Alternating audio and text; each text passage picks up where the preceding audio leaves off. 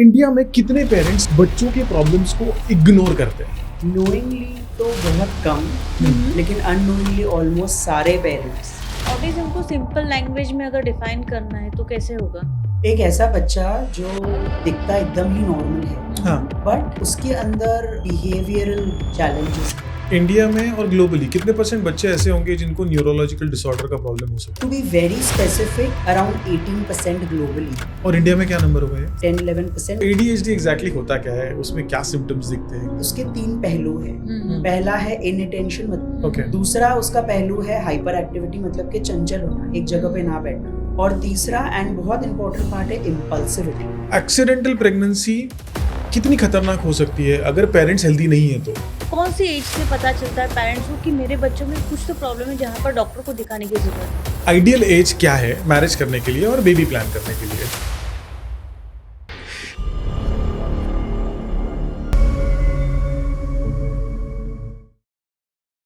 आज का एपिसोड है उन पेरेंट्स के लिए जिन्हें अपने बच्चों की ग्रोथ की सबसे ज्यादा फिक्र है, उन पेरेंट्स के लिए जो जल्दी बेबी प्लान करना चाहते हैं। आज के हमारे स्पेशल और पावरफुल गेस्ट है डॉक्टर मिहिर पारेख सर, जो चाइल्ड साइकोलॉजिस्ट है और वो फाउंडर है ऊर्जा के, जो एक काउंसलिंग और रेमेडियल सेंटर है फॉर स्पेशल चाइल्ड्स। ये पॉडकास्ट स्पॉन्सर्ड किया है मिराई विलास ने, जो एक सेकंड होम टाउनशिप कॉन्सेप्ट है, लोकेटेड है शाहपुर में, मुंबई से 1.5 के ड्राइविंग डिस्टेंस 1.5 आवर्स के ड्राइविंग डिस्टेंस। हाँ, हमारा रियल एस्टेट भी कभी कभी बीच में आ जाता है। सो 63 विलास की गेटेड कम्युनिटी है, 69 लाख से 2 BHK के लग्जरी विलास वहां पर मिलते हैं। इंडिविजुअल विलास है। तो ये विलास अगर आप देखना चाहते हो तो you can connect with Mirai Vilas, उनकी वेबसाइट पे जाके आप चेक कर सकते हो।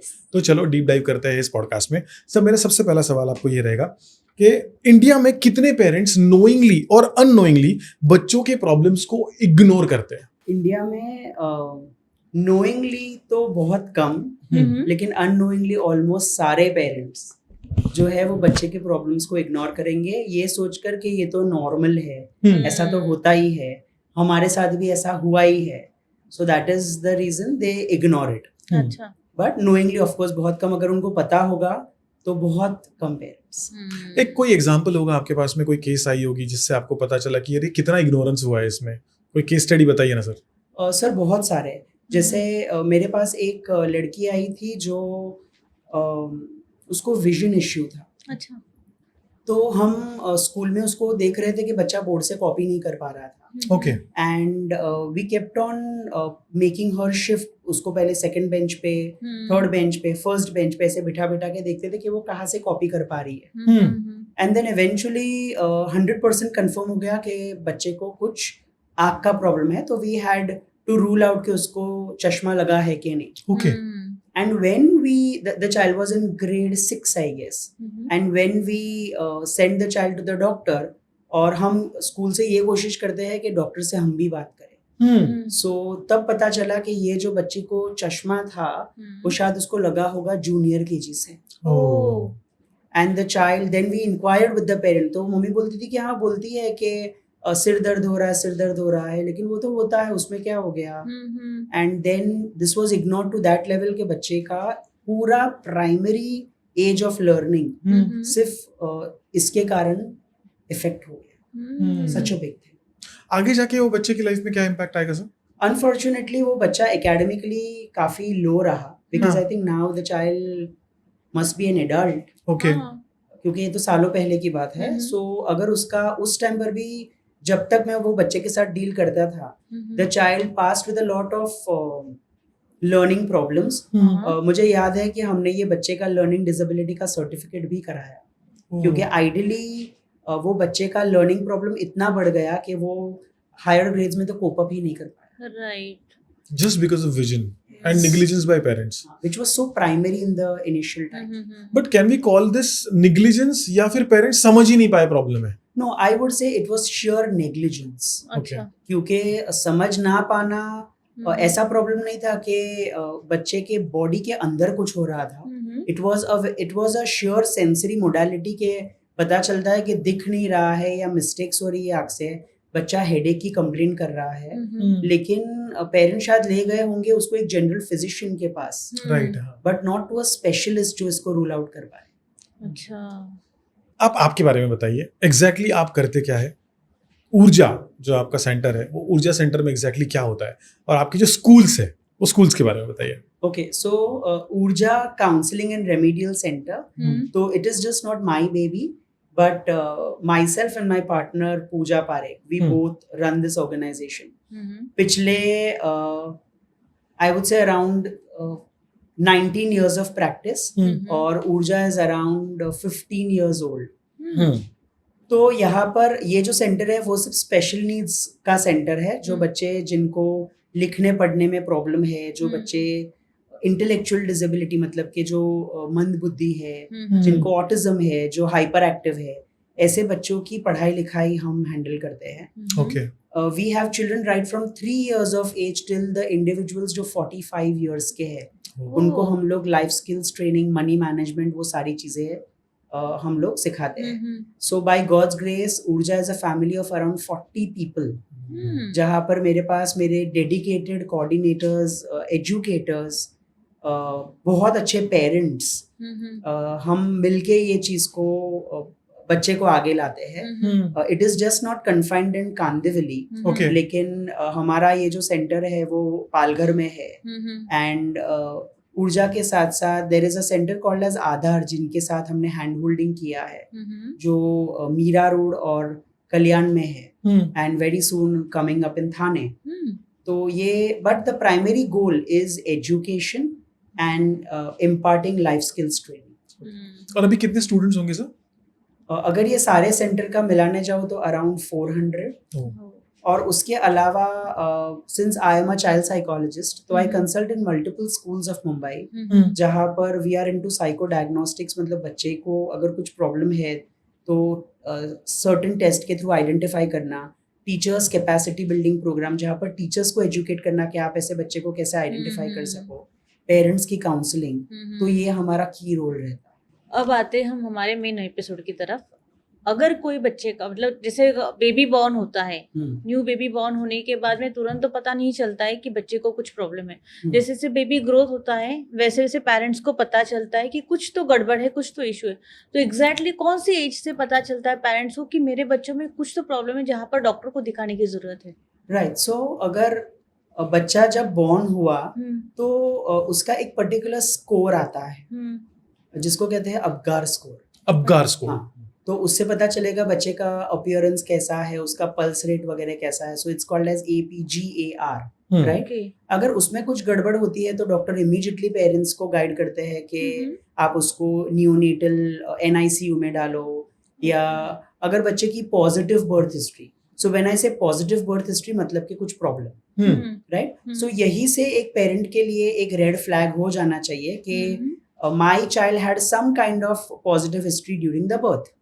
Okay, बच्चा लेट रोना, बच्चे का बर्थ वेट कम होना, जो पिलिया है या जॉन्डिस है वो लंबे टाइम तक चलना, बच्चे को उस टाइम पर कुछ अकड़ी वगैरह आना. There are multiple things that happen during the delivery and post the delivery. Okay. Right? या तो अगर मम्मी को प्रेगनेंसी के दौरान ही कुछ प्रॉब्लम है और वो जो डॉक्टर है वो मदर को हैंडल कर रहा है, बच्चे की गले में नाड़ थी, बच्चा रोया नहीं तो उसको ऑक्सीजन नहीं मिला. So these were all the positive factors जो डिलीवरी के टाइम पे आए. Now here the doctor, it's very important कि the doctor has to somewhere keep on checking the child during the follow ups. Right. To be very specific to your question, जब हम लोग follow ups के लिए बच्चे को लेके जाते हैं तब आप देखते हो कि बच्चा बेबी के साथ खेलते रहता है. For example the doctor would give fingers to the child, तो बच्चा ऐसे पकड़ के उठने की ट्राई करेगा, या उसके जो पैर होंगे उसको स्ट्रोक करेगा. तो डॉक्टर वो रिफ्लेक्सेस चेक करता है कि how the child is responding, right. अगर वो रिफ्लेक्स में कुछ गड़बड़ डॉक्टर को दिखी, and plus there is a growth chart which is always monitored. अगर आप देखोगे वो फाइल में लिखा हुआ होता है. वैक्सीनेशन के लिए हम लेकर जाते तो बेबी का वेट वगैरह चेक करते हैं, उससे and then they plot a graph, right. So वो ग्राफ के हिसाब से अगर डॉक्टर को लगा कि देयर इज अ चैलेंज तो वो उस टाइम पर बताते हैं पेरेंट्स को.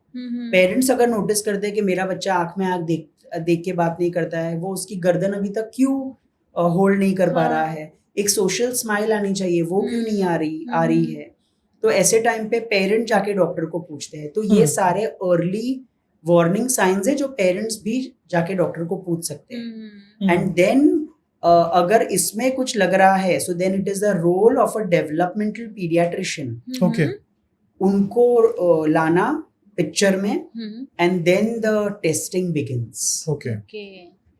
बट बहुत सारे पेरेंट्स इन सब सिचुएशन में जब उनको लगता है तो वो सबसे पहले वो नॉर्मल फिजिशियन के पास में लेके जाते हैं Correct. एंड नॉर्मल फिजिशियन फिर बाद में उनको राउट करते हैं स्पेशलाइज के पास में. Absolutely. इन सब सिचुएशंस में अगर पेरेंट को इजीली आइडेंटिफाई करके जाना है कि नहीं यार मेरे बच्चे में ये प्रॉब्लम है मुझे इसके पास जाना चाहिए तो कैसे वर्कआउट करे वो? सो आइडियली इजीली जाने के लिए मेन चीज है कि बच्चे का माइलस्टोन मतलब कि उठना बैठना चलना बोलना दांत आना. अगर यहाँ पर 6 months का हम वैसे भी गैप देते हैं क्योंकि कोई बच्चा मोटा होता है पतला होता है वो बैठ नहीं सकता है उसके अंदर एनर्जी कम है. So 6 months 3 to 4 months is a close time. अगर बच्चे ने ये पीरियड भी क्रॉस कर लिया so then the first person is definitely the child's paediatrician. हाँ. और पीडियाट्रिशियन के थ्रू ही पेरेंट्स को जाना चाहिए क्योंकि वो फिर राइट जगह पे हमको राउट करेगा. ओके. क्योंकि अगर पेरेंट्स खुद से सामने से गए तो शायद ऐसा हो सकता है कि उस टाइम पर उसकी नीड नहीं है और पेरेंट्स शायद वहां गए तो यू नेवर नो कि आज I always keep on saying के बाजार में बहुत सारे क्वैक्स हैं. So then they would say आप इसके पास जाओ and we don't know who is the right person then. So always it is a paediatrician is a right channel through both.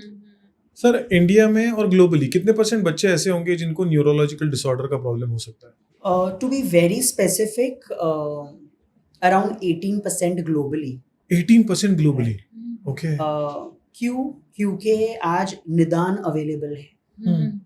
लेकिन अगर इसको मुझे ये फिगर्स को कम करने हो तो आई वुड से अराउंड नॉट मोर देन 10-11%. और इंडिया में क्या नंबर होगा ये? Same 10-11%. 10-11%. Globally around 18%. Globally around 18%. ये क्यों होता है? ऐसे कहा जाता है many road leads to Rome. So to put it very simply, उसके 3 कारण है. Prenatal, perinatal and postnatal. Okay. Simple words में करने के लिए during pregnancy, right. During delivery and post delivery. अगर ये 3 टाइम पे अगर कुछ गड़बड़ हुई तो देयर आर ग्रेटर चांसेस के बच्चे को न्यूरो डेवलपमेंटल डिसऑर्डर्स हो सकते हैं. ओके. और काफी बार अगर वो हेरिडिटरी मतलब कि अनुवंशिक चलता है, जेनेटिक होगा तो जेनेटिक्स होता है तो ये चल सकता है. सर एक्सीडेंटल प्रेगनेंसी जो है, I again come back to that point. Accidental pregnancy कितनी खतरनाक हो सकती है अगर पेरेंट्स हेल्दी नहीं है तो, from a baby's point of view? I would say greatly, क्योंकि end of the day mother's weight, mother's age, mother's physical stature, mother कौन से इकोनॉमिक स्ट्रैटा को बिलोंग करती है और मदर का मेंटल हेल्थ उस टाइम पर क्या है, ये सारी चीजें बहुत मैटर करेगी इन अगर एक्सीडेंटल प्रेगनेंसी हुई तो. हाँ. क्योंकि अगर मदर इक्विप्ड नहीं है सो the chances of getting a special child increases manifold. है ना?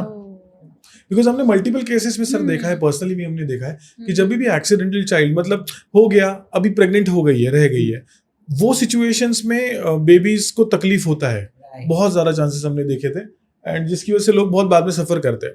तो इसको अवॉइड करने के लिए प्रेगनेंसी अगर प्रॉपरली प्लान करनी है तो एक कपल ने क्या करना चाहिए to have a healthy baby? Firstly ये जरूरी है कि दोनों couples should look for a baby. So मतलब दोनों राजी है तो ही प्रेगनेंसी होनी चाहिए. It is always better, शायद on this open platform I would say it is always better not to have a baby or to go for an MTP जिसको कहते हैं medical termination of pregnancy. Right. वो better है as compared to baby बाद में आए और वो सफर करे और पेरेंट्स सफर करें. Right. हाँ. Right. So जब दोनों पेरेंट्स रेडी है, दोनों पेरेंट्स इकोनॉमिकली स्ट्रांग है, but at the same time एक एज फैक्टर मैटर करता है. आजकल हम देखते हैं कि बेबीज बहुत लेट आते हैं, मतलब कि मम्मी इज 31, पापा इज 35. सो एक वेडलॉक का राइट टाइम आइडियली होना चाहिए बिटवीन 23 to 26 years. ओके. ये टाइम पर अगर पेरेंट्स शादी कर लेते हैं उनको बेबीज 28 तक आ जाती है. So our genes, our chromosomes are strong, right? तो अगर ये सब चीजों ध्यान में रखो, financially they are well off, दोनों पेरेंट्स इमोशनली अच्छे से बॉन्ड कर रहे हैं, तो the chances of having a healthy baby is very good. क्योंकि उनका न्यूट्रिशन अच्छा जाएगा. The mother is a happy mother is always a healthy mother. Yes, yes. And the father is also sensitive कि mummy pregnant है तो उसमें मेरा क्या रोल होगा मेरी बेबी और मेरी वाइफ को हेल्प करने के लिए. दोनों का role. So I think before you plan a pregnancy there has to be a lot of pregnancy counseling. जो सर का टॉपिक नहीं है, but still I asked that question. मैंने सर को सवाल क्यों पूछा पता है सर? देखो आप स्पेशलिस्ट हो, बट हम आपके सामने ऐसे बैठे हैं कि हमें कुछ नहीं पता है, और व्यूअर भी उसी पॉइंट ऑफ व्यू से बैठा होगा कि नहीं, he also doesn't know and he wants to learn something from you. So there are couples who are watching the show, they would feel कि अगर यार हमें प्लान करना है तो हमें कैसे प्लान करना चाहिए, because we have done certain mistakes in our life. To add on, दोनों कपल की habits. Very true, I was coming to that point. जैसे उनका खान पान, उनका नींद, उनका I would say in case if they are having any kind of substance intoxication, cigarette पीना, दारू पीना, ये सारी चीजें मैटर करती है. Although आजकल के जमाने में the mother or the lady, it's a fashion to drink, smoke, whatever, but वो eventually जब आप बेबी प्लान करो तो at least you have to be off from all this at least 6 months before. Exactly. एक कॉन्सेप्ट है क्रैक बेबीज का. हाँ. जैसे मदर तो नहीं स्मोक या ड्रिंक करती है, बट से अगर बेबी के आजू बाजू वो पर्टिकुलर धुआं जाता है, पैसिव स्मोकर होते हैं. सो पैसिव स्मोकिंग, एग्जैक्टली. तो उस टाइम पर बेबी के जो माइंड पे डेवलपमेंट होगा, सो they come out as crack babies or they develop as crack babies. Okay. मतलब कि ये बच्चे के alertness levels कम होते हैं, IQ levels बहुत ही slow learner जैसे बच्चे होते हैं. अच्छा. And the parents keep on finding क्या reason है, but जो माहौल था that was only wrong. So you have to make sure that in family front में of भी अगर baby कोई स्मोक कर रहा है बेबी के सामने तो उन्हें अवॉइड करना चाहिए. Correct. करना ही नहीं चाहिए, हाँ. अवॉइड And करना. हमारे इंडियन कल्चर में एक आदत है कि हम बेबी को मस्ती में उछालते हैं. So I don't know if you are aware of this. It's called as the shaken baby syndrome. Yes. कि I've heard जब about it. बेबी का उस टाइम पर ब्रेन ग्रो हो रहा है ना, जब आप बच्चे को उछाल रहे हो, so the baby's brain is getting dashed with the skull. मतलब ये जो स्कल है वो, और उसके कारण there could be a lot of damage to the baby's head और द ब्रेन, एंड देयरफॉर उसके कारण बच्चे को प्रॉब्लम आती है. And we keep on finding the reasons. Very true. Sir ideal age क्या है मैरिज करने के लिए और बेबी प्लान करने के लिए, जो इंडिया में सबसे ज्यादा अभी अवॉइड हो रहा है? तो आइडियली देखने जाए, the ancient wisdom was a very good time. Of course not उस टाइम पर तो चाइल्ड मैरिजेस वगैरह थे, बट ऑफ कोर्स एक राइट एज होगी around between 24 to 28. 24 to 28 right age to उसी गेट. दौरान you should have children. Okay. What is the scientific reason behind that? The reason is, so पहले ऐसे होता था और आई एम श्योर आज भी ऐसा होता है, that boys mature a little late as compared to girls. I think it's a scientific Right. well researched fact. तो लड़कियां इसके लिए छोटी होती थी क्योंकि बाय द टाइम जो लड़का 28 की मेच्योरिटी पे पहुंचे, तो वो लड़की की एज होती थी 24, तो she has that equal maturity that the boy has. तो झगड़े कम होते हैं. हाँ. Otherwise, if the girl is around 27 and the boy is 28, so the girl has more maturity and the boy doesn't have that much. तो ये एक बात हुई. दूसरा के अपने जो क्रोमोसोम्स होते हैं, they are more healthy as compared to जैसे हम ओल्ड होते जाते हैं, दे गेट वीकर. राइट. और आजकल हम ये भी देखते हैं दैट लड़कियों के अंदर पीरियड्स जल्दी आते हैं, अर्ली मेनोपॉज जल्दी शुरू होता है. हाँ. तो जिसके लिए द क्रोमोसोम्स, द जीन्स, अपनी overall lifestyle, they are all getting hampered, and therefore अगर अर्ली शादी हो जाए, अगर ये टाइम पर बच्चे आ जाए, तो parents are physically healthy, so the chances of getting special need children are lesser. One of the reasons, but not definitely this is the only reason. और दूसरा के parents are more fit, stronger to raise a baby. सोचो एक mother को 34 as पे baby आता है, by the time the child turns around 12-13 years old, the mother is already 50. Yes. तो फिर वो जो बच्चा जो एक्चुअल चीजें एक्चुअली डिजर्व करता है, उसके पीछे भागने के लिए उतनी एनर्जी पेरेंट्स में होगी ही नहीं. नहीं. करेक्ट. So many things. बच्चे का ओवरऑल रूटीन हैंडल करना, स्कूल में लेने छोड़ने जाना बच्चे को, the parents are already then tired. So I think जो चीज के लिए हम इतनी पूरी अपनी जिंदगी लगा देते हैं, for that only you get late. Autism को सिंपल लैंग्वेज में अगर डिफाइन करना है तो कैसे होगा? एक ऐसा बच्चा जो दिखता एकदम ही नॉर्मल है, बट उसके अंदर बिहेवियरल चैलेंजेस है, न्यूरो बिहेवियरल आई वुड से. फॉर एग्जाम्पल, आंख में आंख देख के बात ना करना, फॉर नो रीजन कान बंद करना, एक जगह पर कॉन्स्टेंटली ना बैठना, कॉन्स्टेंटली मूवमेंट में रहना, कुछ ऐसे बिहेवियर्स करना जो एकदम अलग हो, जैसे कि एक ही तरीके की चीजें देख के उसको शेक करते रहना, कुछ आवाजें निकालना, लोगों के साथ बिल्कुल भी घुलना मिलना नहीं, एकदम अकेले रहना. These are some early warning symptoms of autism. तो ये बहुत जल्द हम आइडेंटिफाई कर सकते हैं. जब बच्चा 2-2.5 साल का होता है तब सिम्टम्स दिखने लगते हैं. और अगर पेरेंट्स उस टाइम पर ही पकड़ ले तो हम उसका ट्रीटमेंट स्टार्ट कर सकते हैं. बट एक नॉर्मल चाइल्ड होता है ऑटिज्म से जो सफर कर रहा है, वो नॉर्मल चाइल्ड है, वो नॉर्मली अपनी लाइफ जी पाएगा ये, या फिर ये कोई कभी कभी पैनिक अटैक जैसे आते वैसे होता है? सो जैसे एक बोला कि again this child will fall under the NDD, which is the neuro developmental disorders. Normality की बात करने जाए तो वो नजरिया है. तो आई वुड से कि अगर कोई बच्चा, और इसमें भी डिग्रीज है of severity, so a child who is just borderline autistic, वो शायद उसका प्रॉब्लम 19-20 है. तो वो शायद एक नॉर्मल सो कॉल्ड सोसाइटी वाली लाइफ जी सकता है.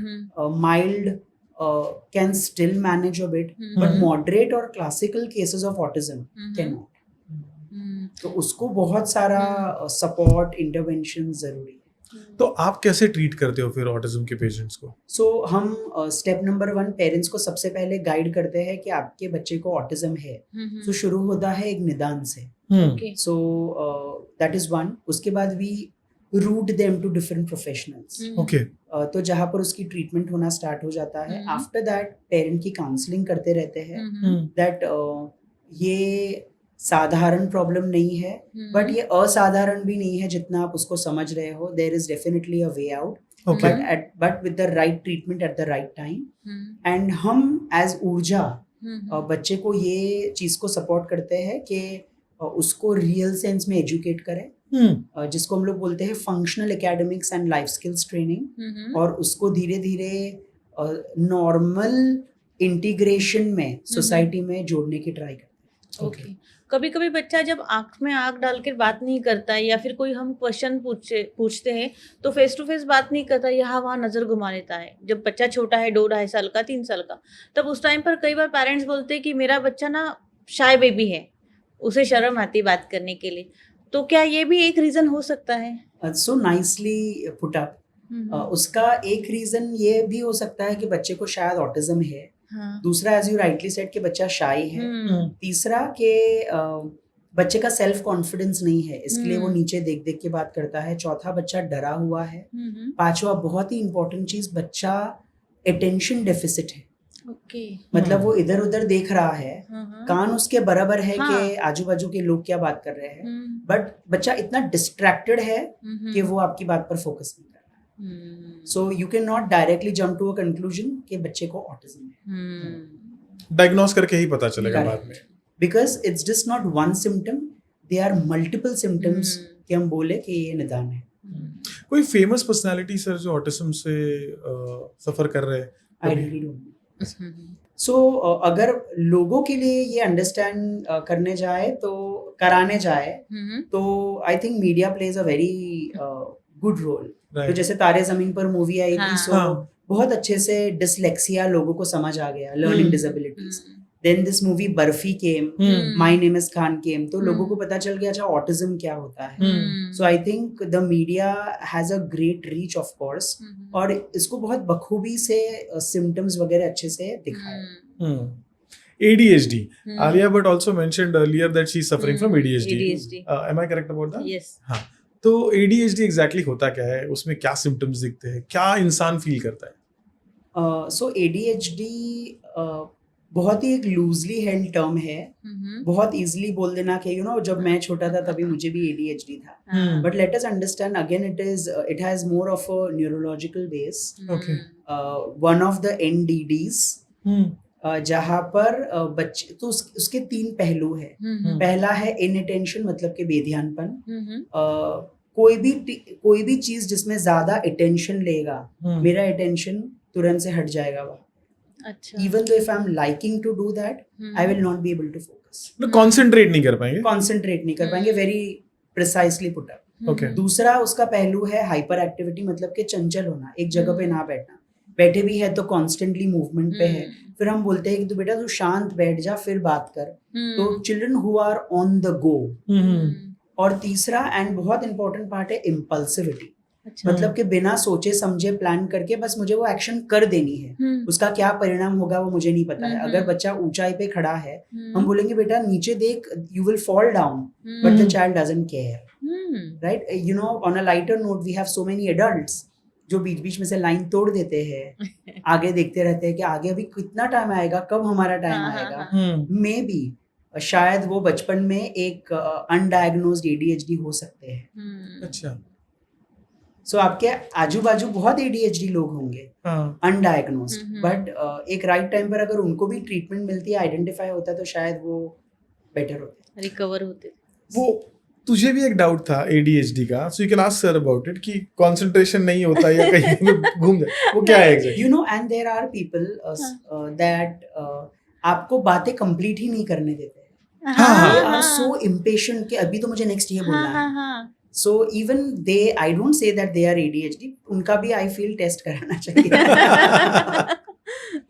कभी कभी बहुत सारे लोगों को ऐसा होता है कि कंसंट्रेशन का जो आपने कहा कि जोन आउट हो जाते हैं. मतलब सामने बैठे, अच्छा टॉपिक चल रहा है, फेवरेट बात चल रही है, बट फिर भी थोड़ा टाइम सुनने के बाद में वो कहीं और चले गए, अपनी ही दुनिया में खो गए. तो क्या ये भी प्रॉब्लम है? नॉर्मल अटेंशन स्पैन की बात करें तो कितना होना चाहिए? अराउंड 15 से 20 मिनट. 15 से 20 मिनट का that's the normal attention span. अच्छा. उसके बाद हमारा कोई भी इंटरेस्टिंग काम से भी ध्यान टूटेगा. पिक्चर भी देख रहे हैं तो भी देखेंगे मूवी में कौन आया, किधर कोई चढ़ा, हाथ में पॉपकॉर्न है कि नहीं, etcetera etcetera. But after some time हम वापस अपना अटेंशन ड्रॉप होके again we get back to the task. Right. लेकिन जो लोगों को बार बार अटेंशन ड्रॉप होता है, so unfortunately in one of my books I had written something called as F pattern. Okay. So what is F pattern? जो आजकल के generation alpha suffer from F pattern problems. So when we are seeing a mobile, so पहले हम so look at the pattern. पहले हम थोड़ा WhatsApp read करेंगे, the half line. फिर कोई the full line.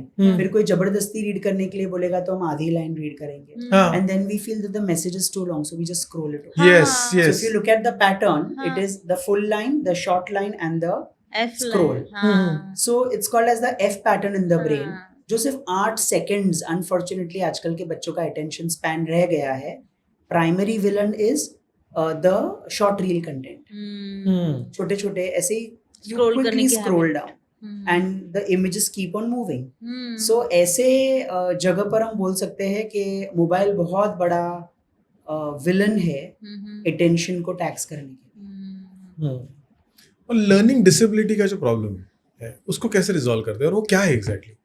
So there are two terms. एक हो गया लर्निंग डिसेबिलिटी और एक हो गया learning difficulty. Right. So I'll put it very simply. Covid आया. कोविड के बाद हम देख रहे हैं कोविड में ज्यादातर बच्चे ने MCQs दिए. बाजू में बुक थी, मम्मी पापा प्रॉम्प्ट कर रहे थे and things just rolled on easily. फिर जब वापस लॉकडाउन खुल गया तो some children faced a lot of issue. Okay, so we could see that there was a gap of around 1 year, 1.5 years. Yes. Parents ने, teachers ने अच्छे से ध्यान दे दिया, बच्चे ने ध्यान दे दिया and things got resolved. So that was learning difficulty. Online sessions चल रहे थे तो बच्चे नहीं पढ़ पा रहे थे. कोई रीजन था कि नहीं हो पाए. But people who have genuine learning disability, normal IQ होने के बावजूद ये बच्चे को रीडिंग में, राइटिंग में, मैथ में, कॉम्प्रीहेंशन में प्रॉब्लम्स आएंगे. मतलब बच्चा है 10 साल का, 5वीं स्टैंडर्ड में है लेकिन उसका रीडिंग राइटिंग चेक करने जाओ तो वो शायद 2 साल पीछे है, मतलब कि 2nd स्टैंडर्ड का या 3rd स्टैंडर्ड का. सो in spite of having normal IQ, the child is underperforming और attention deficit भी नहीं है. तो ऐसे बच्चे को हम बोल सकते हैं that the child has learning disability. One of the best example was कहते हैं कि आइंस्टाइन, Yes. हाँ, जो मास्टर माइंड थे, लेकिन जब लिखने के लिए आता था तो अपने थॉट्स को वो पेपर पे नहीं पुट अप कर सकते. तो सीधा सवाल पूछता हूँ, ऑटिज्म, लर्निंग डिसेबिलिटी, ADHD, क्या ये जेनेटिक है या फिर एनवायरनमेंट की वजह से हो रहा है? So it's called as a nature nurture controversy. आपको सीधा आंसर नहीं दे पाऊंगा. अच्छा. It's called as a nature nurture controversy. So nature इसके लिए क्योंकि वो it has a neuro biological base, so parents से आएगा, राइट. और नर्चर इसके लिए क्योंकि माहौल भी बहुत इंपॉर्टेंट रोल प्ले करेगा अगर हमने माहौल को सही तरीके से यूज नहीं किया. तो माहौल को सही तरीके से यूज करने की कुछ 5 टिप्स बताइए. तो एग्जाम्पल सबसे पहले दूंगा. एक चीज आई थी वर्चुअल ऑटिज्म. ओके. जहां पर बच्चा ह्यूमन इंटरेक्शन में कम है और टीवी कॉन्स्टेंटली देख रहा है. It is just one sided conversation. So tip number 1 would be कि ज्यादा से ज्यादा बच्चे को लोगों के बीच रखो, वो घुले मिले, प्रॉपरली बच्चा आई कांटेक्ट दे, टर्न टेकिंग्स हो जाए कॉन्वर्जेशन में. तो ऑटिज्म जैसी जो वर्चुअल ऑटिज्म जैसी चीजें हैं वो नहीं दिखेगी. ओके. बट अगर उसका बेस न्यूरोबायोलॉजिकल होगा तो डेफिनेटली आपके कितने भी कोशिश करने के बाद भी दिखेगी. नंबर 2 के अगर ऐसा कुछ पकड़ में आता है तो तुरंत से डॉक्टर की सलाह लेकर उसको करेक्ट करने की ट्राई करो, तो ये प्रॉब्लम से हम बच सकते हैं. नंबर 3, ज्यादा से ज्यादा बच्चे के साथ एक क्वालिटी टाइम स्पेंड करो जहां पर आप उसको ना तो सिर्फ पढ़ा लिखा रहे हो लेकिन बातचीत में उसके साथ कनेक्ट हो रहे हो. बच्चे का खान पान सही रखो कि बहुत सारी चीजें आजकल खान पान के कारण भी उसके एड ऑन हो रहे हैं. I wouldn't say it is because of the food but these are add ons. And number 5, as we started that overall pregnancy, good time of pregnancy, the healthy deliveries, post natal care, अगर ये सब सही जाएगा तो I don't think so कि इतने issues हमको दिखेंगे. प्रेगनेंसी के टाइम पे पेरेंट्स ऐसी क्या गलतियां करते हैं जिसकी वजह से ये सब चीज़ों में प्रॉब्लम होता है? गलती एक के कुछ जगह पर जो कपल्स है would restrain taking some medicines. जैसे फॉर एग्जांपल फॉलिक एसिड की दवाई होती है या आयरन की दवाई होती है, कैल्शियम की दवाई होती है. तो ये कुछ चीजें जो है जो डॉक्टर्स रेकमेंड करते हैं. एंड स्पेशली ये मेट्रोपोलिस में आपको कम दिखेगा बट गांव वगैरह में you see that in spite of telling all this couples don't take, right. क्योंकि आई एम श्योर घर पे जो ओल्ड लोग होंगे वो लोग बोलेंगे कि हमने ऐसे ही तो बच्चे नहीं पैदा कर दिए, बट उस टाइम पर खान पान अलग था. अच्छा था. There was no stress, there was no मिलावट, राइट. बट अब जब डॉक्टर्स बोल रहे हैं तो उसको फॉलो करो. दूसरा के always it is important. I loved one of the gynaecs talking this के it is important for the mother to work. Okay. क्योंकि जो घर का बोलो या कोई दूसरे कारण बोलो, if the mother is constantly thinking about the same problem तो वर्क जो होगा वो बेस्ट मेडिसिन है कि वो हमको डाइवर्ट कर लेता है. yes. लेकिन वर्क भी तब तक करो. सी ये उनका ये कहना है, वर्क भी तब तक करो जब तक आपका बॉडी बोलता है I am tired, stop, need to relax now, you need to relax. तो उस हिसाब से अपना टाइम बांधो. तो वो आजकल के कपल्स नहीं कर रहे हैं. व्हाई? बिकॉज उन्होंने इतने सारे EMIs, the standard of living has gone so high कि to meet the ends both of them have to work compulsorily. तीसरा के there is a craving, the hormones that plays an important role. तो उसमें गलत सलत चीजें खाना. For example doctors कहते हैं कि अजीनोमोटो जो चाइनीज फूड आइटम में मिलता है वो मत खाओ, सोडा ड्रिंक्स वगैरह मत लो, मल्टीपल थिंग्स डॉक्टर्स से. वो भी हम उसको कॉन्स्टेंटली फॉलो नहीं करते हैं. देन डॉक्टर्स ऑल्सो से कि उस टाइम पर अच्छी बुक्स पढ़ो. तो हम उस टाइम पर we watch a lot of other unwanted things which are not needed. तो ये कुछ चीज़ें हैं जो अगर especially mothers उस टाइम पर couples undergo a lot of relationship issues because of ABCD problems. So उस टाइम पर भी उन दोनों के बीच का झगड़ा होना, मन मेल ना होना.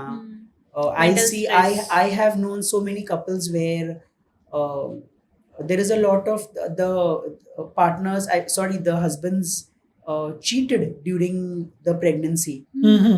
So जो relationship issues हुए, तो because of which the mother's mental health was not good, physical health was not good. तो ये सारी चीजें बहुत important role play करती है for a healthy pregnancy. Sir सबसे बड़ी गलती जो पेरेंट्स करते हैं डे टू डे लाइफ में, अगर उनका बच्चा प्रॉब्लम से फेस कर रहा है तो कौन सी बेसिक मिस्टेक्स होती है? The wait and watch approach. ये एक गलती है और सबसे बड़ी गलती है, क्योंकि I always feel mother is a best psychologist. Yes, उसको सब पता होता है. लेकिन एक तरीके का डिनायल में आ जाते हैं पेरेंट्स या मदर्स स्पेशली कि नहीं हो जाएगा ठीक, धीरे धीरे हो जाएगा ठीक. तो जिसके लिए वो लोग राइट टाइम पे हेल्प नहीं लेते हैं, वो सबसे बड़ी गलती. एंड अपने कल्चर में एक चीज ऐसी है, अरे बचपन में तो वो भी ऐसा था, उसके पापा भी तोतला बोलते थे या उसकी मम्मी भी ऐसी ही थी, लेकिन धीरे धीरे धीरे सब ठीक हो गया. तो ये जो धीरे धीरे सब ठीक हो जाने का जो वेट एंड वॉच अप्रोच है, वो ट्रीटमेंट पार्ट को बहुत डिले करके और then when the case comes to us बहुत मिस हो जाता है. लोग क्या कहेंगे, ये वाला माइंडसेट कितना डैमेज करता है. द सोशल स्टिग्मा कि हम दोनों मम्मी पापा तो इतने होशियार है, ये मेरे बच्चे को थोड़ा सा ऐसा थोड़ा वीक है तो उसको मार धाड़ के कुछ भी करके हमारे जैसा हम बना दे. नहीं तो लोग क्या बोलेंगे, अरे ये तेरा लड़का है, तू तो ऐसी नहीं है या तू तो ऐसा नहीं है, तो तेरा लड़का क्यों ऐसा है. सो ये पूरे दौड़ में उनके जैसा सुपर पावर सुपरमैन या सुपर वुमन बनाने के लिए वो बच्चा सफर करता है. और दूसरे किड के साथ में कंपैरिजन करना कितना हार्मफुल होता है अपने खुद के बच्चे के लिए? Ideally always, because I feel every flower blooms differently. Nature कभी भी ये नहीं करता है तो ह्यूमंस क्यों करे, बिकॉज हम भी वो नेचर के पार्ट है. बट हमेशा उसके बच्चे ने ऐसा किया तो 2 मिनट हमारे अंदर वो ऐसी भावना आ जाएगी कि हमारा बच्चा क्यों नहीं कर सकता है. बट कहीं ना कहीं parents have, if parents do this, they have failed to accept their child the way the child is. See, एक चीज कहते हैं unconditional positive regard. So जब बच्चा मम्मी के पेट से बाहर आता है ना, तब वो एकदम मैला होता है. But then to the mother would mummy उसको हाथ में लेगी, उसको चूमेगी. So the mother loves the child however the child is. Child is, yes. लेकिन वो बाद में क्यों नहीं होता? बाद में क्यों चेंजेस आते हैं? क्यों चेंजेस आते हैं? क्योंकि तब दूसरा बच्चा अच्छा कर रहा है, दूसरा बच्चा अच्छे मार्क्स ला रहा है, या दूसरा बच्चा दूसरे चीजों में अच्छा है. कई बार जब बच्चे रोते हैं तो मोबाइल देके हम चुप कराते हैं, तो ये शॉर्ट टर्म रिलीफ है, लेकिन लॉन्ग टर्म के लिए बहुत ज्यादा डैमेज हो जाता है. करेक्ट. तो क्या डैमेज होता है इसका लॉन्ग टर्म में, वो सबसे इम्पोर्टेंट. उसका लॉन्ग टर्म ये हो गया कि हमने आजकल एक चीज आती है इंस्टेंट ग्रेटिफिकेशन. मतलब कि अभी का अभी मेरी नीड पूरी होनी चाहिए, राइट. तो बच्चा ये मैसेज से ये लर्न कर लेगा. So there comes a big villain called as behaviour problems. बच्चा ये धीरे धीरे, so it's called as a brain pleasure principle. जब आपके ब्रेन को पता चल जाता है कि ये मुझे चीजें अच्छी लगती है, तो वो दोबारा उस चीज को रिपीट करेगा, राइट. तो जब बच्चे ने पता चल गया कि मैंने रोया और मम्मी ने मुझे मोबाइल दे दिया, which means my need is over, fulfilled, so the brain would do it again.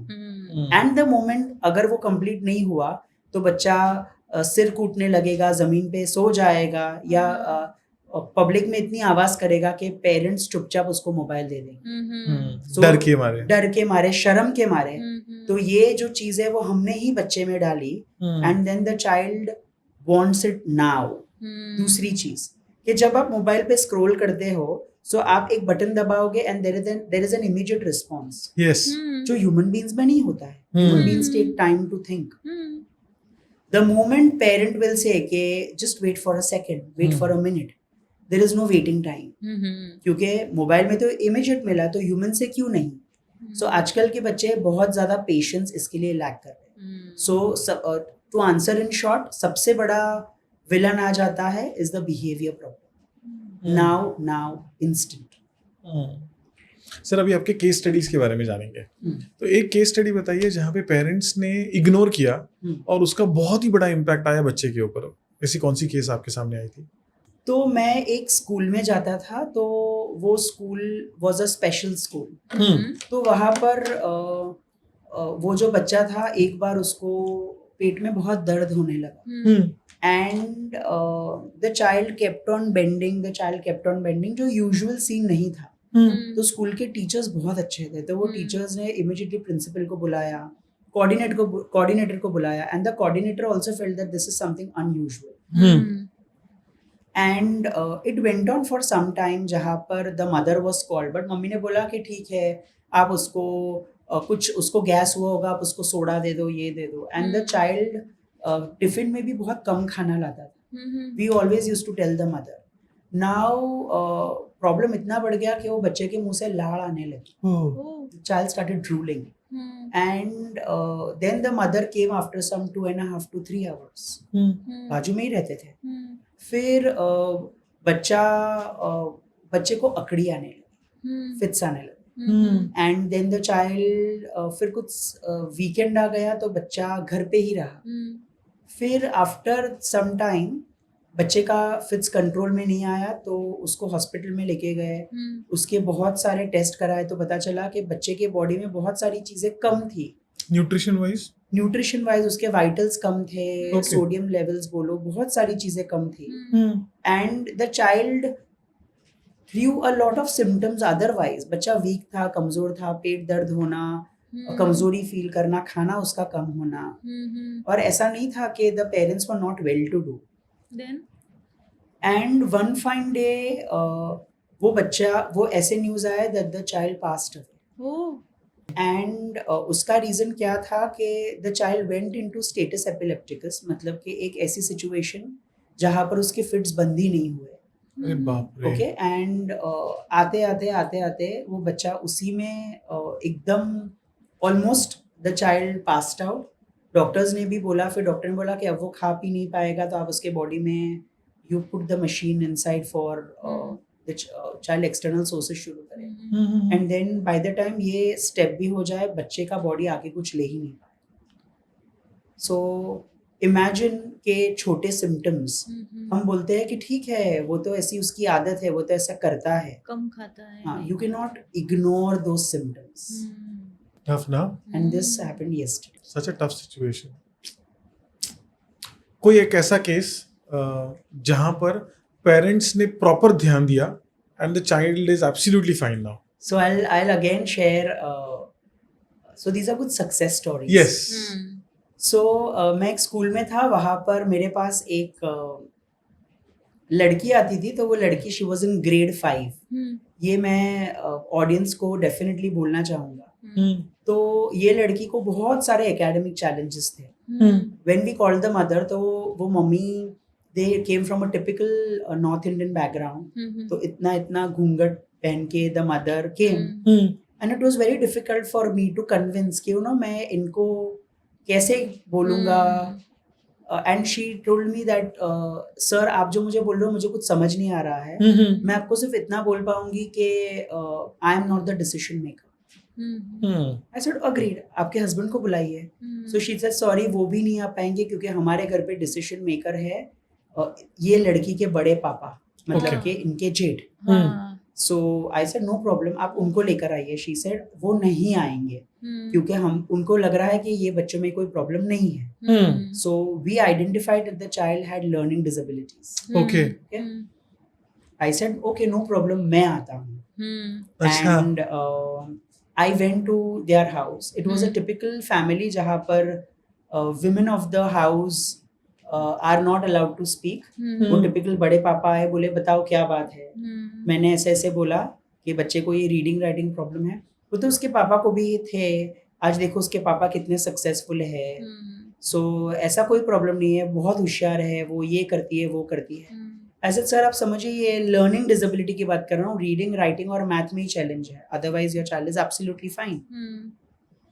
नहीं समझे फिर हम मिलते रहे, करते रहे, काउंसलिंग होती रही, good of the gentleman to bear me, अच्छा। एंड आफ्टर सम टाइम वो माने, और फिर हम लोगों ने निदान शुरू किया, ट्रीटमेंट शुरू की, एंड द चाइल्ड जो फेल होती थी वो 40% पे आई, 40% पे, फाइनल 10th आया 80% पे, and some a year before I met the mother, and the child is doing her event management, Superb. and साथ she has become a makeup artist. Great.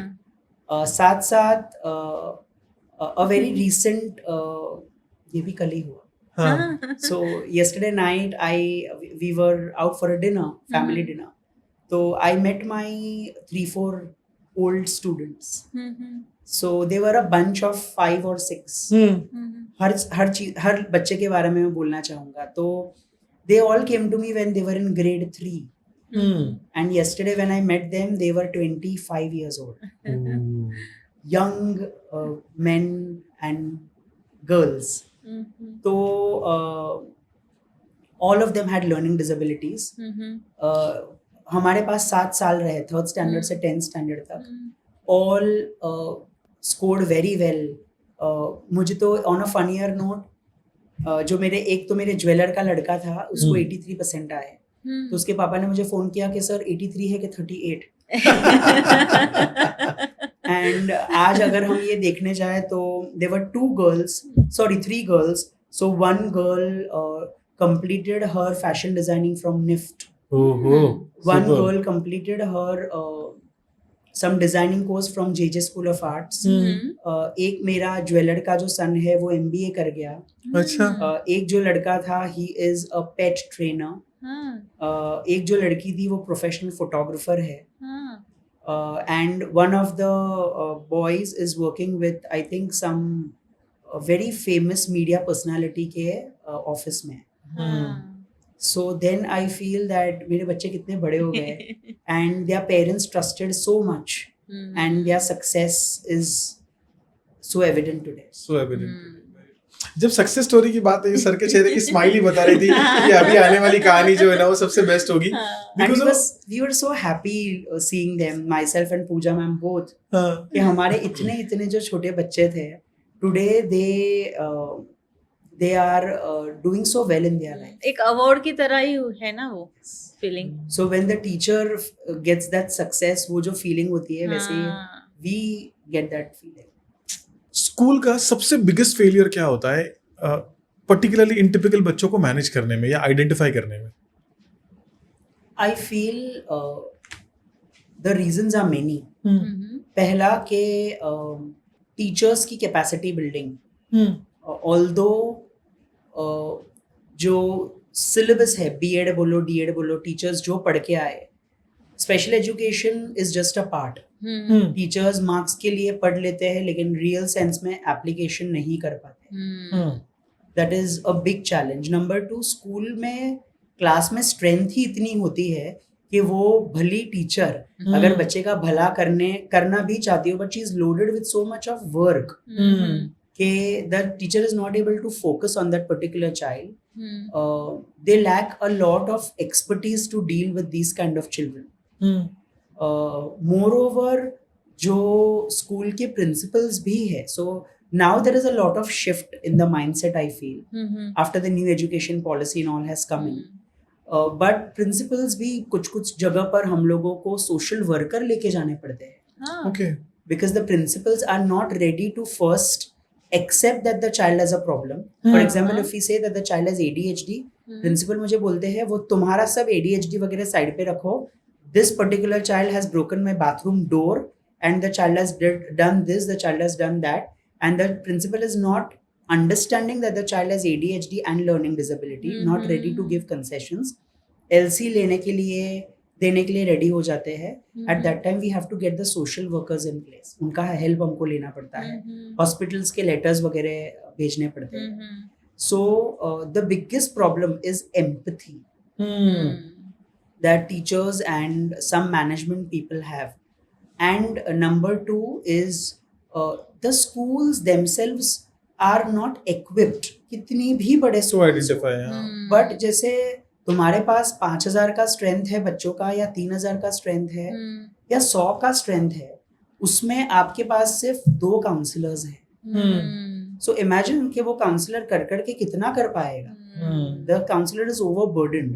So I feel that every school should have a department and a chain of counselors and special educators. एक panel होना चाहिए. एक panel होना चाहिए जहाँ पर the work is divided, the child is dealt well, the teachers are trained well, and the kind of approach कि मुझे सब कुछ आता है is, for example, if the teacher says मुझे सब कुछ आता है is her subject, principal says मुझे सब कुछ आता है is her subject, but if the counselor says मुझे सब कुछ आता है is definitely her subject or his subject. तो उनको रिस्पेक्ट करके उनकी चीज़ को समझना और फिर बच्चे को ज़्यादा हेल्प मिले वो देखना, क्योंकि वो काउंसलर उसके लिए स्पेशलिस्ट है. कई बार ये होता है कि लर्निंग डिसेबिलिटी के बारे में अगर हम देखेंगे तो टीचर्स ओपन हाउस पर से बोल देते कि ये बच्चा पढ़ाई लिखाई नहीं करता है, आप घर पर इसका होमवर्क लिया करो. बिल्कुल नहीं पढ़ता है, सारे नोटबुक इसके एम्प्टी है. करेक्ट. तो ये पेरेंट्स को भी समझ में नहीं आता. पेरेंट्स बोलते घर पर तो करता है पढ़ाई, लेकिन स्कूल में क्यों नहीं करता. ये दोनों के बीच की बात होती है. बट इस टाइम पर काउंसलर को अगर हम आगे करेंगे और काउंसलर के साथ में बच्चे को बिठाएंगे तो एग्जैक्टली पता चलेगा कि क्या प्रॉब्लम है बच्चे को. मस्ती करके नहीं कर रहा है या फिर एक्चुअल में उसे लर्निंग का प्रॉब्लम है. बट काउंसलर्स कितने होने चाहिए? क्या गवर्नमेंट की ऐसी कोई गाइडलाइन है कि स्कूल में इतने नंबर ऑफ काउंसलर्स इतने स्टूडेंट्स के बीच में होने चाहिए? जितना मैं समझता हूँ every school should have 1 or 2 counselors and a special educator. पर गवर्नमेंट की कोई ऐसी गाइडलाइन नहीं है. जितना मैं समझता हूँ नहीं है, बट 2 से 3 लोग स्कूल में होने ही चाहिए actually, and in fact more. So there are good international schools जहाँ पर एक साथ 10-10, 12-12 काउंसलर्स एंड स्पेशल एड की टीम है, फिर भी वो कम पड़ते हैं. तो टीचर्स को एग्जैक्टली कौन सी ट्रेनिंग मिसिंग है फिर? Understanding what are special needs, क्योंकि उनके लिए हर बच्चे स्लो लर्नर ही है. ये स्लो लर्नर है, बट ऑटिज्म क्या है, ADHD क्या है, लर्निंग डिसेबिलिटी क्या है, स्लो लर्निंग क्या है. अगर मैं ऐसे बोलता हूँ कि बच्चा स्पेक्ट्रम पे है ऑटिज्म में, तो बच्चा ऑटिस्टिक नहीं है. तो ये सारी चीजें हाँ करके ट्रेनिंग सेशन में सब टीचर्स हाँ बोल देते हैं, लेकिन जैसे ही हमने ये ट्रेनिंग जून में ली, दिवाली तक पूछने जाओ तो सब इंफॉर्मेशन लॉस्ट हो जाती है. तो इसके लिए एक सोल्यूशन है कि 3-3 महीने में ये रिफ्रेशिंग कोर्सेज होने चाहिए, जहाँ पर the teachers become a very integral part of office. Government support करता है इन सब सेशंस के लिए? बहुत सारे प्रोग्राम्स प्रिंसिपल्स के लिए और अलग अलग स्टेक होल्डर्स के लिए होता है.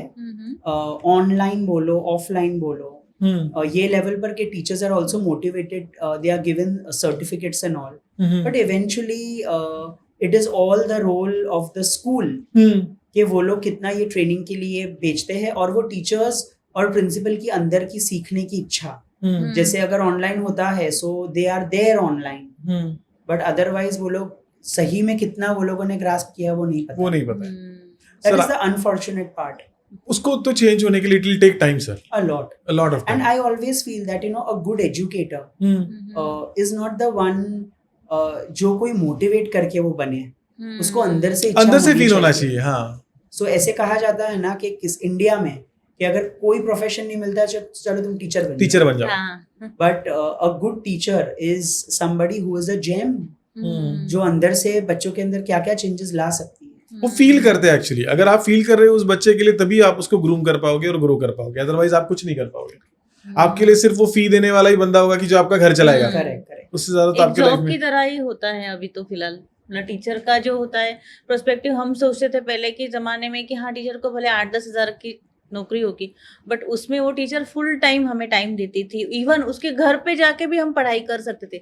लेकिन आजकल टीचर का काम उतना जॉब के इसमें ही है, वो 9 to 5 वाला जॉब उतना ही रह गया. सर आपकी book life tweets for parents, उसका कोर मैसेज क्या है? कोर मैसेज है parenting, that once a parent always a parent. मेरा ये पर्सनली मानना है कि एक बार आप पेरेंट बनते हो ना, उसके बाद you shoulder so much of responsibility कि उसके बाद it is never I, me, you, neither your wife, neither your husband, it is always us. Yes. And मैं ये कर सकता हूँ, मैं ये नहीं कर सकती हूँ, वो ऐसा होना ही नहीं चाहिए. हमें करना है क्योंकि we both have chosen to raise a life. That is the primary goal of life treats. आपका जो बुक है 24/7 पेरेंटिंग, इसका नाम ही बहुत पावरफुल है, तो इसमें क्या लेसन्स हैं? So 24/7 parenting is a compilation of all my quotes that I write on Facebook and Instagram. Okay. तो ये सारे कोट पेरेंटिंग के ऊपर है जो रोज सुबह एक मैसेज देते हैं पेरेंट्स को कि ओके कि आज ये करना है, let me try this. For example मैंने एक ऐसा मैसेज लिखा कि आपका फोन 10 मिनट के लिए रखो और आपके बच्चे को एक अनडिवाइडेड अटेंशन दो. शायद अगर पेरेंट वो दिन में 10 मिनट कर ले तो वो बच्चे का दिन बन जाएगा. So if you see 24/7 parenting, it has 365 quotes. मतलब दिन का एक. आप एक भी फॉलो करोगे and it is on different thing, mobile use, anger, relationships. तो आपको पता चलेगा कि how do you become a better parent each day. क्योंकि एक प्री प्राइमरी का पेरेंट अलग होगा, एक प्राइमरी बच्चे का पेरेंट अलग होगा और एक सेकेंडरी का पेरेंट. हर एक के रोल्स और रिस्पॉन्सिबिलिटीज अलग अलग होंगे. और अगर एक पेरेंट सिर्फ 3 लेसन फॉलो करे आपकी बुक से तो वो कौन से होंगे? वन थिंग के बच्चे लाइफ के एक बहुत इम्पोर्टेंट केंद्र बिंदु है. So not ignoring them but also not over protecting them. दूसरा के बच्चे को टाइम दो, क्योंकि एक ऐसा टाइम आएगा जब बच्चे उड़ जाएंगे और you will always feel that you know I did not give time to my children. And number 3 and the most important is imparting good values by becoming a good role model. Values हम तब दे पाएंगे when you become a good role model. I'm sure, I mean it's good to talk big on these big platforms. हम बहुत in day to day life mistakes करते हैं as parents, but end of the day message यही रहेगा कि you know my child should learn good things in life. हमने सिखाया, वो बने बच्चे के प्रिंसिपल्स. बच्चे ने उसको फॉलो किया, वो बने बच्चे के एथिक्स. और उसने अगेन उसके बच्चों को अगर सिखाया, पास ऑन तो पास ऑन किया है. सो आज हमारे पास मेमोरीज है कि हमारे पेरेंट्स हमको कितना ignore, like we were a group of brothers and sisters. तो समर वेकेशन में हमको ऐसे ही आम को छिलने के लिए दे देते थे. तो मम्मी का भी काम हो जाता था और हमारा भी टाइम पास हो जाता था. But today the mother has to sit with the child to do the colouring work, ये वो, क्योंकि आजकल ऐसे काम हम देखते ही नहीं. देते ही नहीं है.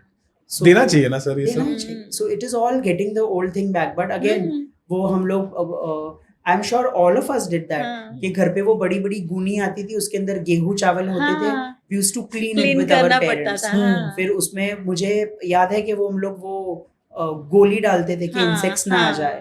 तो वो गोली डालने का हम बच्चों का ही काम होता था. It was so much of fun. Wafers बनाना, सुखाना, फिर उसको वापस कलेक्ट करके लेके आओ, फिर सुबह वापस उसको लगा दो. सो जो हाइपर एक्टिविटी थी वो सही दिशा में चैनलाइज होती थी. अब वो पूरा मोबाइल में ही चैनलाइज होती है. पूरा मोबाइल में चैनलाइज हो गया. अब आपके साथ में ना रैपिड फायर राउंड करेंगे सर, है ना? रैपिड फायर राउंड में आपको सिर्फ सिंगल इसमें जवाब देना है. सबसे पहला क्वेश्चन है, स्ट्रिक्ट या फ्रेंडली पेरेंटिंग, क्या करनी चाहिए? बोथ. पनिशमेंट या फिर एक्सप्लेनेशन करना चाहिए? Always an explanation. मोबाइल या outdoor play? 100% outdoor play. Question ही गलत था. मार्क्स या मेंटल हेल्थ? बोथ. आजकल के जमाने में both. There are some parents, for example अगर बहुत पर्सनली इसको मैं कोट करूं तो myself and my wife, we both are on different pages for this. For example she believes a lot in mental health, but जिस तरीके का समय है आज, अगर हम बच्चों के मार्क्स को नजरअंदाज करेंगे तो वो मार्क्स के कारण ही बच्चे के मेंटल हेल्थ के ऊपर असर पड़ेगा. आगे जाके. क्योंकि हमने बच्चे को सिखा दिया इट इज ओके, तू छोड़ बिंदास रहे, पीछे तेरे मम्मी पापा बैठे हैं, बट इवेंचुअली वो मम्मी पापा नहीं बैठेंगे जब बच्चे को कुछ एंट्रेंस पार करनी पड़ेगी. So marks always have some or the other important role to play in the Indian education system. Goals achieve करने तो मार्क्स तो चाहिए चाहिए. And I think somewhere that थोड़ी बहुत बच्चे के अंदर एक इंटरनल कंपटीशन लेके आता है. Sir last question, early diagnosis या wait and watch? Always early diagnosis coming to early intervention. And जिससे बेटर चाइल्ड, जिससे a better child, a good quality of life and happy family. और अगर एक parent है जो आज ये पॉडकास्ट देख रहा है और वो कंफ्यूज्ड है कि आगे एग्जैक्टली क्या करना चाहिए, तो उन्होंने क्या एक स्टेप लेनी चाहिए जिससे वो स्टार्ट कर सके कि आइडेंटिफाई कर सके क्या करे आगे? Either to meet a psychologist or a developmental pediatrician to firstly identify the child's level and then move ahead. और एक लाइन जो हर पेरेंट को याद रखनी चाहिए. अगर मैंने जल्दी कोई भी चीज का स्वीकार कर लिया तो मेरी लाइफ आसान हो जाएगी. डीप है, बहुत वैल्यू है. The reason being that acceptance ही नहीं आता है, और हम ग्रीफ साइकिल में जाएंगे, पहले उसको डिनाई करेंगे, उसके बाद भगवान के साथ बार्गेन करेंगे, मैं इतने लड्डू चढ़ाऊंगी, इतना चल के आऊंगी, फिर बच्चे को मारेंगे, खुद अपने आप को हैरेस करेंगे, और जब बहुत समय निकल जाएगा फिर उसको एक्सेप्ट करेंगे. या ट्रू. आज का पॉडकास्ट सर आपके साथ में बहुत इंसाइटफुल रहा, आई ओपनिंग रहा. तो कोई भी पेरेंट अगर ये पॉडकास्ट देख रहे हैं और ये भी खत्म हो गया है और आपको ऐसा फील हो रहा है ना कि there is some problem in your child, consult your paediatrician. और उसके बाद में सर है, सर का नंबर, सर का एड्रेस, ऊर्जा के एड्रेस हम डिस्क्रिप्शन में मेंशन कर रहे हैं. You can connect with him anytime, whenever you want to, and have a good consultation with him. So thank you very much for coming on the show, My sir. pleasure. Thank you very sir. much.